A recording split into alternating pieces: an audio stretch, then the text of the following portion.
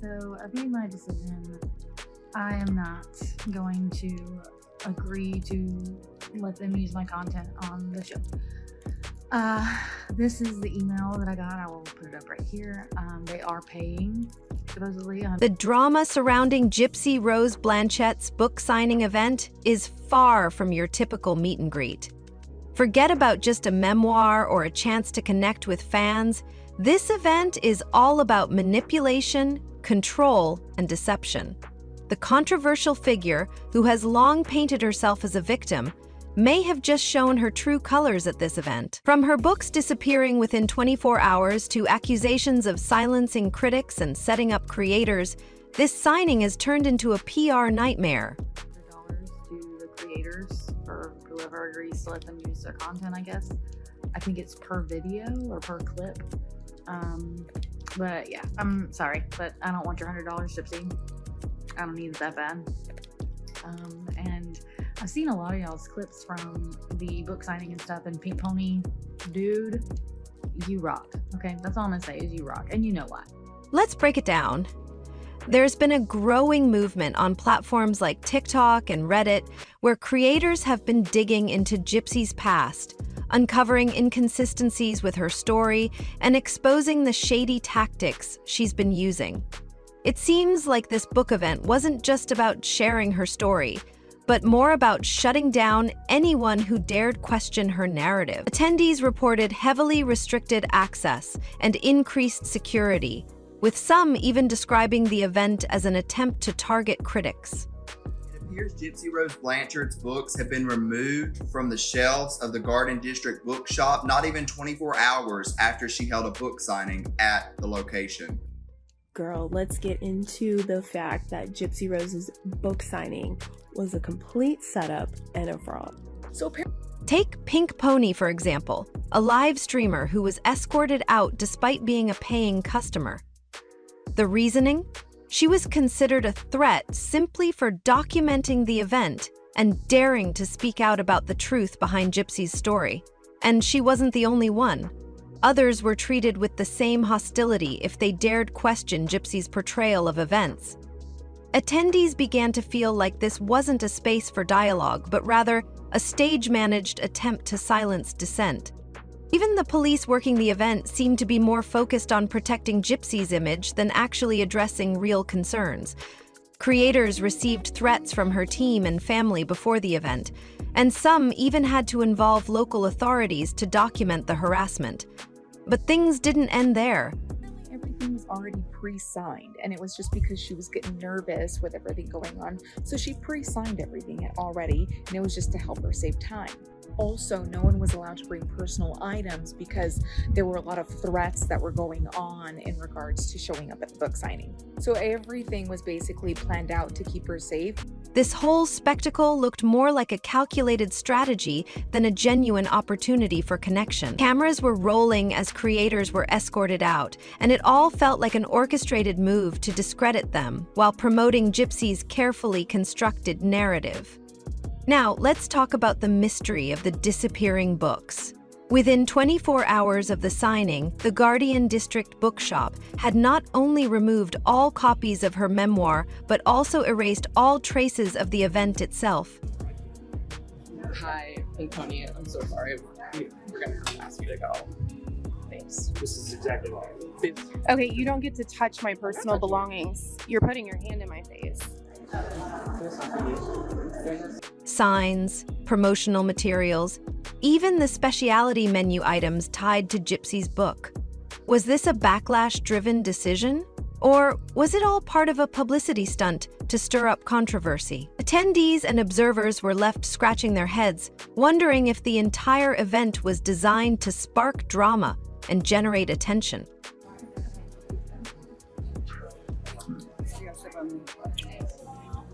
And why am I being asked to leave? She's considered a threat to this event, unfortunately. I'm so sorry. I'm considered a threat to this event as a... The transcripts of the event included a few more bulleted links. The disappearing act raised serious questions. Did the bookstore get so much backlash that it had to distance itself from Gypsy? Or was this just a strategic move to add fuel to the fire?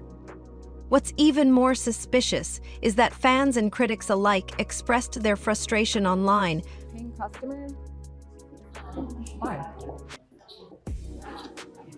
This is a public place. I paid for a ticket. Okay, take a look. Okay, can I get what I paid for though? The product that I paid for? Here's your refund. I paid for a ticket. Okay, take a look. Okay. Feeling like they were misled by a lack of authenticity at the event. The books were signed in advance and handed out like a mass-produced product rather than a personal connection. Inquiries undertaken. For many who traveled long distances to meet her, this felt like a slap in the face. Can I get what I paid for though? The product that I paid for? Here's your refund. Hilarious.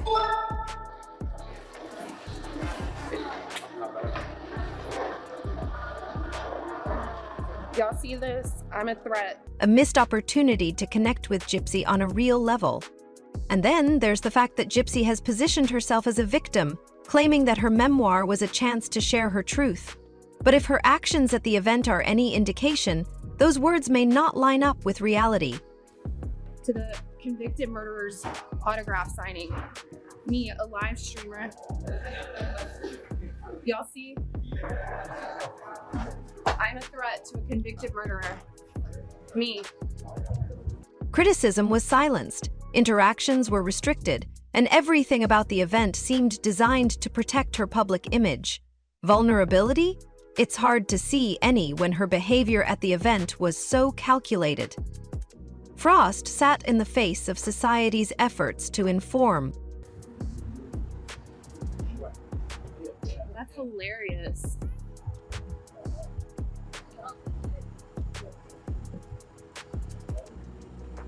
Say hey guys. Hi. Let's not forget the protests that unfolded on the same day. As Gypsy signed books, a group of passionate protesters gathered to honor her late mother, Dee Blanchard. These weren't violent acts, but emotional demonstrations by people who see Gypsy as more of a manipulator than a victim. They're challenging the sanitized version of her story that Gypsy has been promoting. And instead of facing this criticism head-on, her team used heavy-handed tactics to remove anyone who questioned her. Let's get into the fact that Gypsy Rose's book signing was a complete setup and a fraud. I already know there's a whole movement of the truth of Gypsy Rose Blanchard that's happening on TikTok. And I didn't know this until like summertime.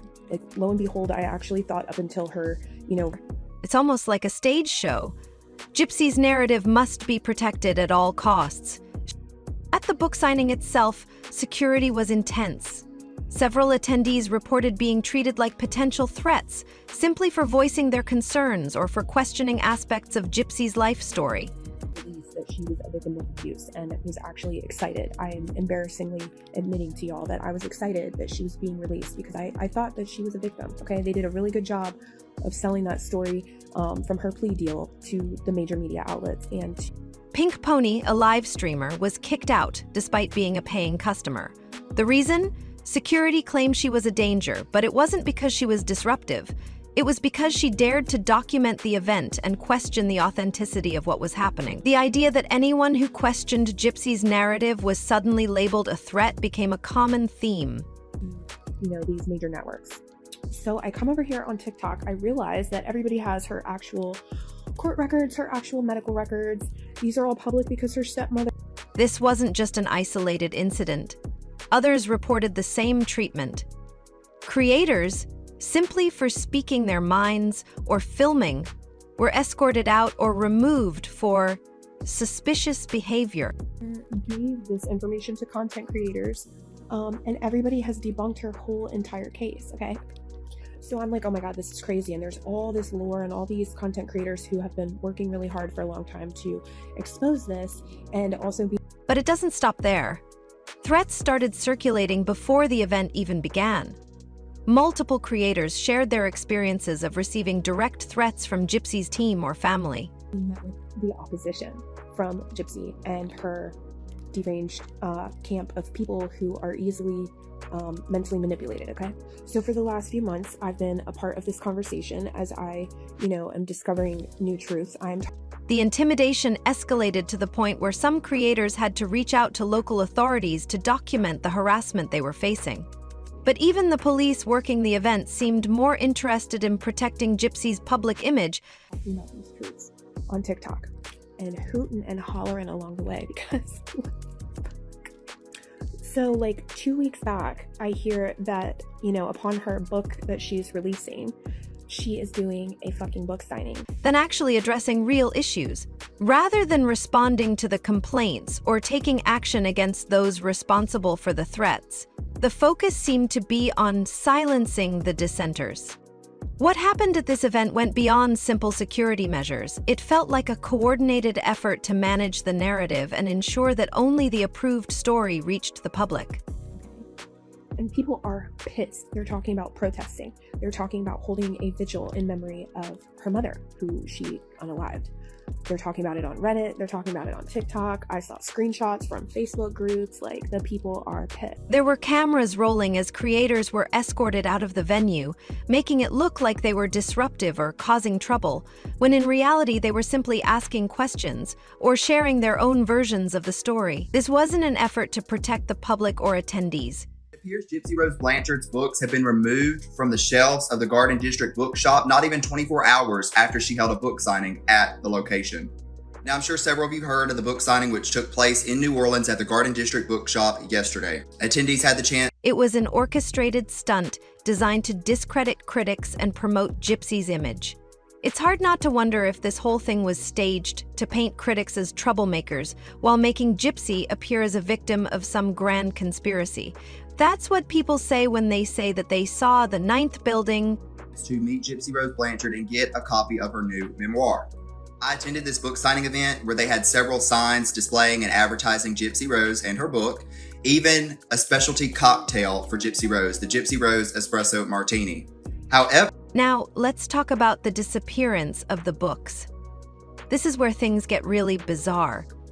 Within just 24 hours of the book signing, the Guardian District Bookshop removed all copies of Gypsy's memoir from its shelves. I went back to the bookstore today and there was not a sight of Gypsy Rose's book. I looked all over the bookstore and it appears as if Gypsy Rose's book was never even sold there. No signs were remaining advertising Gypsy Rose's appearance at the bookstore. It wasn't just the books that disappeared. Every trace of the event, posters, signage, even special menu items tied to Gypsy, was wiped clean. Gypsy Rose Espresso Martini was removed from the menu. And I looked all over the bookstore for any copies of Gypsy Rose's memoir, which is Gone without a trace. Some are speculating that this was a calculated response to the backlash she received, but others believe it was a stunt designed to stir up more media attention. Why would a bookstore distance itself from an author it had just hosted?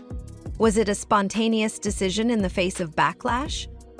Or was it part of a larger plan to spark curiosity and generate controversy? Some attendees have even suggested that the disappearance of her books was planned all along to heighten intrigue and get people talking. Why remove the books so quickly unless there was a larger strategy at play? Could it be that the bookstore's management wanted to distance itself from the controversy, but ended up playing into Gypsy's hands, creating even more drama and press attention? But the disappearing books weren't the only issue. The pre-signed books caused an uproar too. Gypsy had pre-signed all copies of her memoir ahead of time, which raised eyebrows. Officially, the reasoning was to save time and minimize anxiety, considering the threatening atmosphere she allegedly faced. But for the fans who had traveled long distances to meet Gypsy, this felt more like a slap in the face. Mass-produced signatures instead of a personalized connection? Fans were disappointed, to say the least. supposed to be available at this bookstore, and it's not there. As you see here, there's a signed book section of this bookstore, and Gypsy Rose's book is not there. So do you think this book signing event was one big publicity stunt? And my question is, do you think the bookstore was paid? Some even went so far as to say that the signatures didn't even look authentic, describing them as printed rather than handwritten. This move didn't go unnoticed by fans who were expecting a more personalized experience. They felt misled by the event's promotion, which was marketed as a chance for fans to meet Gypsy and share a genuine interaction. But when they arrived, they were met with a sterile, impersonal experience. The pre-signed book seemed like another example of Gypsy distancing herself from the very people who supported her. For many, it didn't feel like a connection. It felt like a calculated move to avoid scrutiny and shield herself from the public. And speaking of controlling the narrative, let's talk about Gypsy's consistent use of the victim card. Her memoir has been framed as an opportunity for her to share her truth after years of being misrepresented in the media. But if her actions at this book signing are any indication, that truth is less about vulnerability and more about control. Critics were silenced, genuine interactions were avoided, and everything about the event seemed designed to protect her image. This raises a bigger question. Is Gypsy really telling her truth? Or is she just recasting herself in the role of a victim while simultaneously manipulating her public image to suit her needs? To host this event because clearly not even the bookstore is a supporter of gypsy-rose. Not even 24 hours after holding an event, a book signing for Gypsy-Rose Blanchard's memoir, the bookstore has no Gypsy-Rose books on the shelves. Her memoir is supposed to be about healing and sharing her story, but everything about this event screams calculated control rather than openness. Her actions at the book signing contradicted the very message she was trying to sell, showing that when it comes to authenticity, Gypsy-Rose Blanchette's public persona might not be as genuine as she wants us to believe. Finally, let's talk about the protests that took place on the same day as the book signing. Protesters, not just random agitators, but people who still mourn the loss of Gypsy's late mother, Dee Blanchard, gathered outside the event to voice their frustration with Gypsy's version of the story. These were deeply emotional displays of grief and justice, not violent protests, but poignant expressions from people who believe Gypsy is a manipulator rather than a victim. And instead of addressing these protests with transparency, Gypsy's team continued to remove anyone who dared challenge her narrative. It's hard to ignore the irony. This was supposed to be an event about healing and truth, but it was surrounded by secrecy, suppression of free expression, and heavy-handed tactics to control the message. As one attendee sarcastically pointed out, the whole event felt more like a performance than a genuine connection with Gypsy. Every interaction was monitored, every question felt staged, and it all painted a picture of an event designed to boost Gypsy's public image rather than create an authentic experience for her fans. Benjamin Jonah's Cost the Sums, $2,000, was filmed in 1972. Even Amba, who's been sarcastically dubbed the Calvin Klein of Gypsy's ex-husband Ryan, had something to say. She mocked the orchestrated nature of the event, calling it a performance, not a genuine opportunity for connection. The entire affair felt artificial, like it was more about creating a polished image than actually sharing a vulnerable truth. Attendees were watched closely, and the atmosphere was anything but authentic. So, what does all of this tell us about Gypsy-Rose Blanchette? Is her memoir really about healing? Or is it just another attempt to control the narrative and rewrite her story in the way she wants the world to see it? From the disappearing books to the staged interactions, this book signing event has only raised more questions than answers. It's harder than ever to defend Gypsy's version of events when everything about this occasion screamed manipulation. What do you think, though? Is Gypsy's behavior a reflection of her true nature, or is there something else at play here? Let us know in the comments below. And if you're done with the manipulation and the staged performances, thanks for watching, everyone. If you enjoyed this deep dive into the Gypsy-Rose Blanchette drama, don't forget to hit that like button and subscribe for more juicy content like this. Stay tuned for more juicy content like this. Drop your thoughts in the comments below. We want to hear your take on everything that went down. And, as always, share this with your friends to keep the conversation going. You definitely don't want to miss what we have in store next, so turn on those notifications and stay tuned. Until next time, stay curious and stay informed. Peace out.